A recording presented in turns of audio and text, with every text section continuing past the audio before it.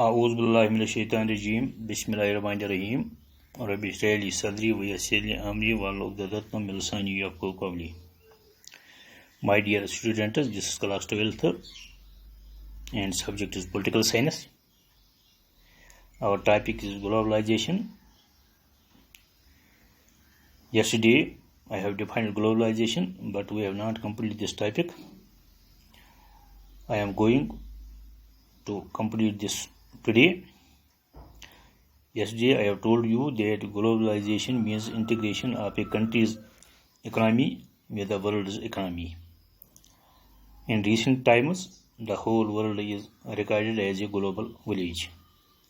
The modern means of transportation and communication have made the entire world one global entity, and the process of liberalization has made this link strong. Here we can cite two examples. Suppose any person, whether the person is male or female, goes late for work. In office, he or she is called by a person. With this identity, she acquires a new accent and speaks a different language to communicate with overseas customers. She is serving somebody whom he or she would never meet. His or her routine is different from the Indian routine. His or her holidays correspond to the US calendar. This is the first example. And second example is that any person wants to buy a gift on his wife's birthday. He wants something qualitative and affordable. He buys a Nokia phone manufactured in Europe but marketed in India. He even buys a TV manufactured in Japan but sold in India. These examples prove that exchange of goods and services has started worldwide. This means the globalization of services, goods, ideas, information, technology, and many other things have gained acceptance worldwide. The above mentioned examples on globalization show positive results, but globalization has also negative effects. Globalization has merits and demerits also. In this context, we can cite the following examples that are demerits, effects. First is, in any state of the India, some farmers committed suicide.